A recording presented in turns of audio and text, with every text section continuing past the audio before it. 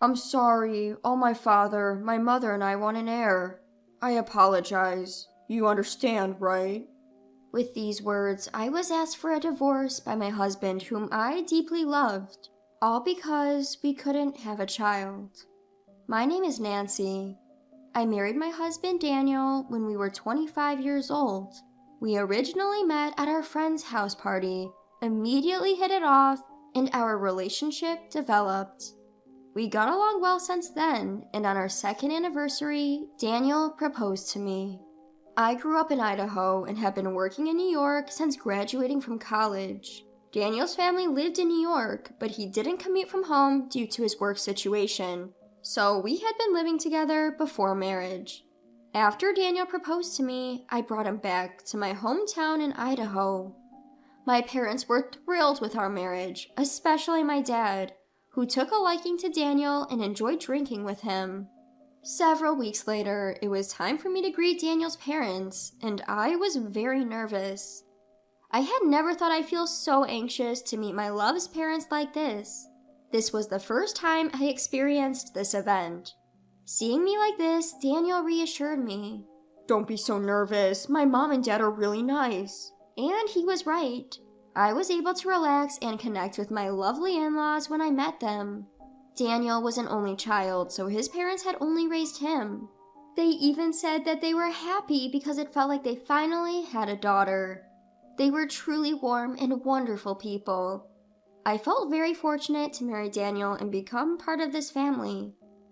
Our marriage proceeded smoothly, with both families meeting without any issues. We even managed to set the wedding date smoothly, and we were blessed by many people at our happy wedding ceremony. Truly, it was the happiest moment of my life.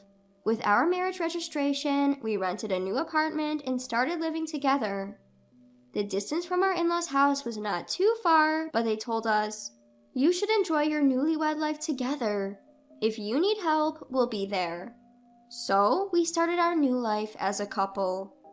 Our days were genuinely happy, but no matter how hard work was, knowing I would come home to my beloved husband made it bearable.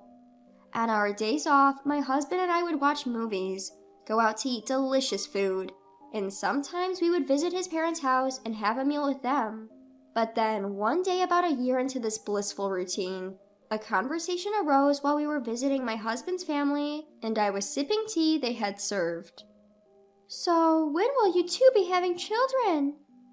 The question came out of the blue and nearly made me spit out my tea. I did indeed want to have children someday, but right now I was simply enjoying my married life with my husband Daniel and hadn't given it much thought. Daniel didn't react at all when his parents asked, so I replied instead, "Well, children are indeed a blessing, but for now I'm perfectly happy with just Daniel," I answered instead.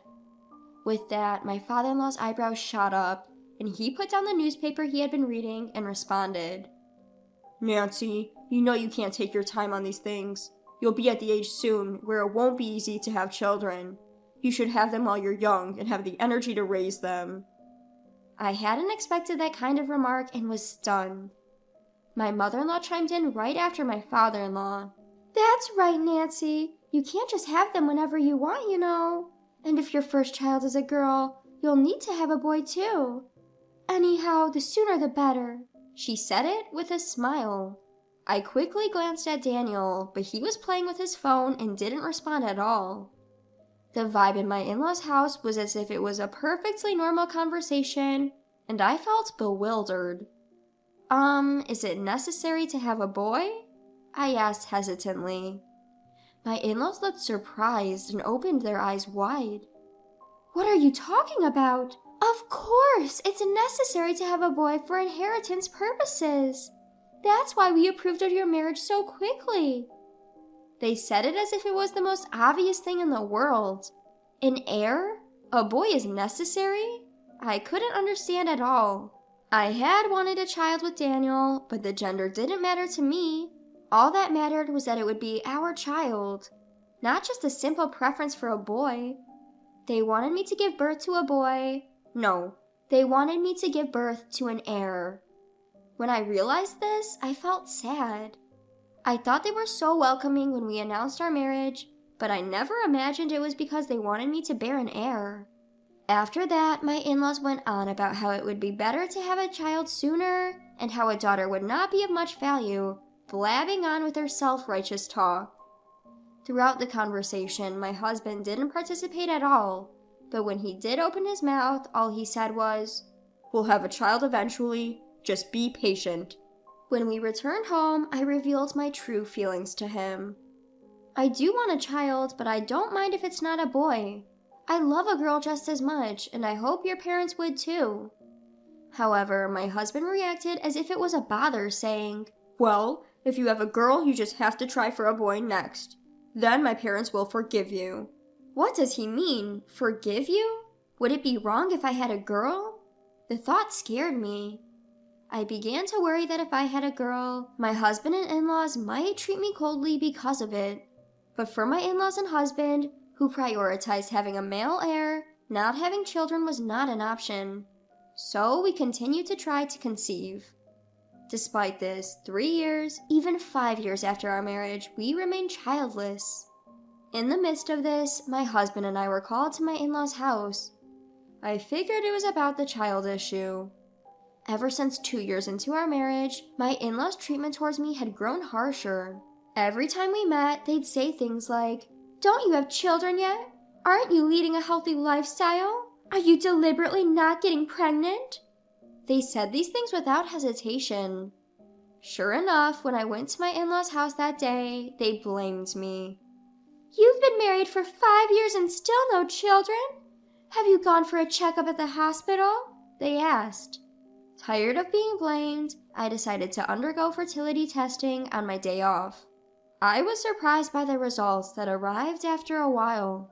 There was absolutely no problem with me. To convey this, my husband and I went to my in-laws' house again to tell them that my test results showed no abnormalities. However, the reaction from my in-laws was not what I expected. "There's no way you're normal. Maybe the hospital is wrong?" "That's right. Daniel is healthy because he was born to us. It's definitely you, Nancy, who has the problem." Even after I had done the test they suggested and explained that there were no abnormalities, my in-laws refused to believe it. Rather, they behaved as if there was absolutely no way their son could be the problem, and instead placed all the blame on me. "Nancy, I don't know if you're falsifying the results because you don't want us to blame you, but if you can't have a child, shouldn't you get treated or something? What's the point of getting married otherwise?" said my mother-in-law. In that moment, I felt something crumble with a loud thud inside me. Oh, it's pointless to argue with these people, I thought. I should have realized this much sooner. But it was at this point that I finally came to understand this. Until now, I was honestly worried that I might be the reason we couldn't have a child.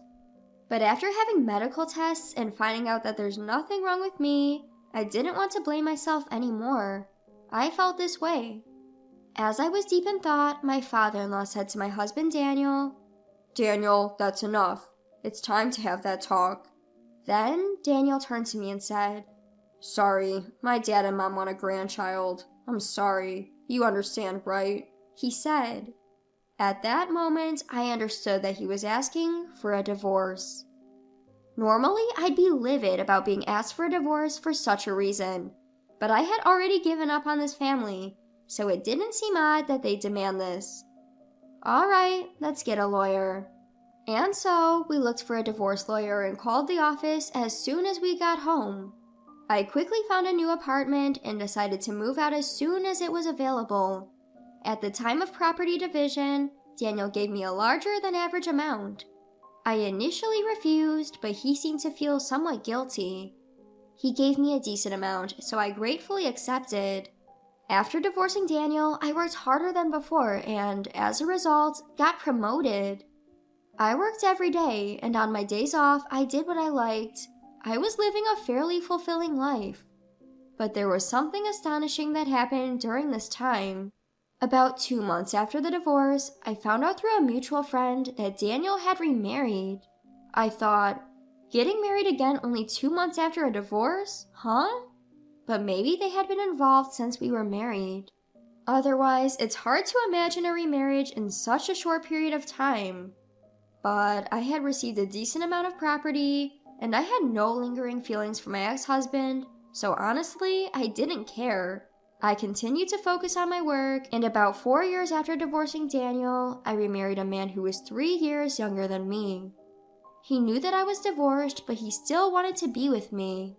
For me, who had been focused solely on work for a while, he was a truly healing presence, someone who always made me feel calm when we were together.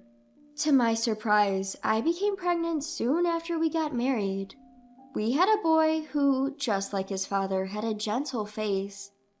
My husband, who loves children, was very cooperative in child rearing, which helped me recover quickly and return to work. 3 years later, I was blessed with another child with my husband, and this time it was a cute girl. My husband was even more doting on our daughter than he was on our son, to the point of astonishing both me and our son. Nevertheless, we were spending every day with ceaseless smiles, full of happiness. Our daughter started going to daycare, and I was back at work. One day, my husband suggested I should relax a bit, so I went out for drinks at a bar with my work colleagues after work. There, coincidentally, my ex-husband was also drinking with his colleagues, and started a conversation with me as I was about to leave. "You got remarried, didn't you?" He nodded awkwardly. "But we didn't have any kids. Turns out my new wife was infertile. She said she couldn't handle the pressure from my parents and left." He shared. "Huh? Is she?" When I responded to him dismissively, suddenly he grabbed my shoulder. "Hey, Nancy, why don't we start over? I'd rather be with you if I can't have kids. I think I'd be happier." He made such a self-centered proposition. I was pissed and responded, "It's too late now." I retorted and opened the pictures of my children on my phone, shoving it in front of my ex-husband. Seeing the pictures, my ex-husband was visibly shaken, stuttering. "Whose kids are these?" "They're mine. They're the children I had with my current husband. Don't compare your pathetic life, forever under your parents' thumb, with mine." I rebuked, shook off his hand, and left. I could hear my ex-husband calling out to me from behind, but of course I ignored him. The thought of my clueless ex-husband, who still didn't realize his own fault, made me sick. When I got home and told my husband about the incident, "It was the right decision to divorce him. Thank you for marrying me and giving birth to our adorable children." I felt truly grateful from the bottom of my heart for having a chance to start over with this man. A few days later, my ex-mother-in-law, who had probably heard the story from my ex-husband, contacted me on my phone. "I'm sorry for the past. I heard you have children now? A boy, isn't it? Come visit us sometime," she proposed. However, I had no intention whatsoever to let my children meet my ex-in-laws or my ex-husband. I knew that nothing good would come out of it. So I replied, "No thank you. Besides, I am divorced from your son. Please don't contact me anymore." I hung up the phone and immediately blocked their numbers. Since then, I've had no interaction with my ex-husband and his parents. If I could help it, I would never want to see or hear from them again. I regretted the fact that I had a divorce because I was married to my ex-husband, especially during the early stages of my divorce. But now, I feel grateful instead. Because I met and married my ex-husband and divorced him, I was able to meet my current husband and our adorable children. When I think about it, everything that happened had meaning in its own way. I just want to cherish the happiness in front of me. The life with my beloved husband and our adorable son and daughter. This everyday life. The fact that I am happy would surely be the best revenge against my ex-husband and his parents.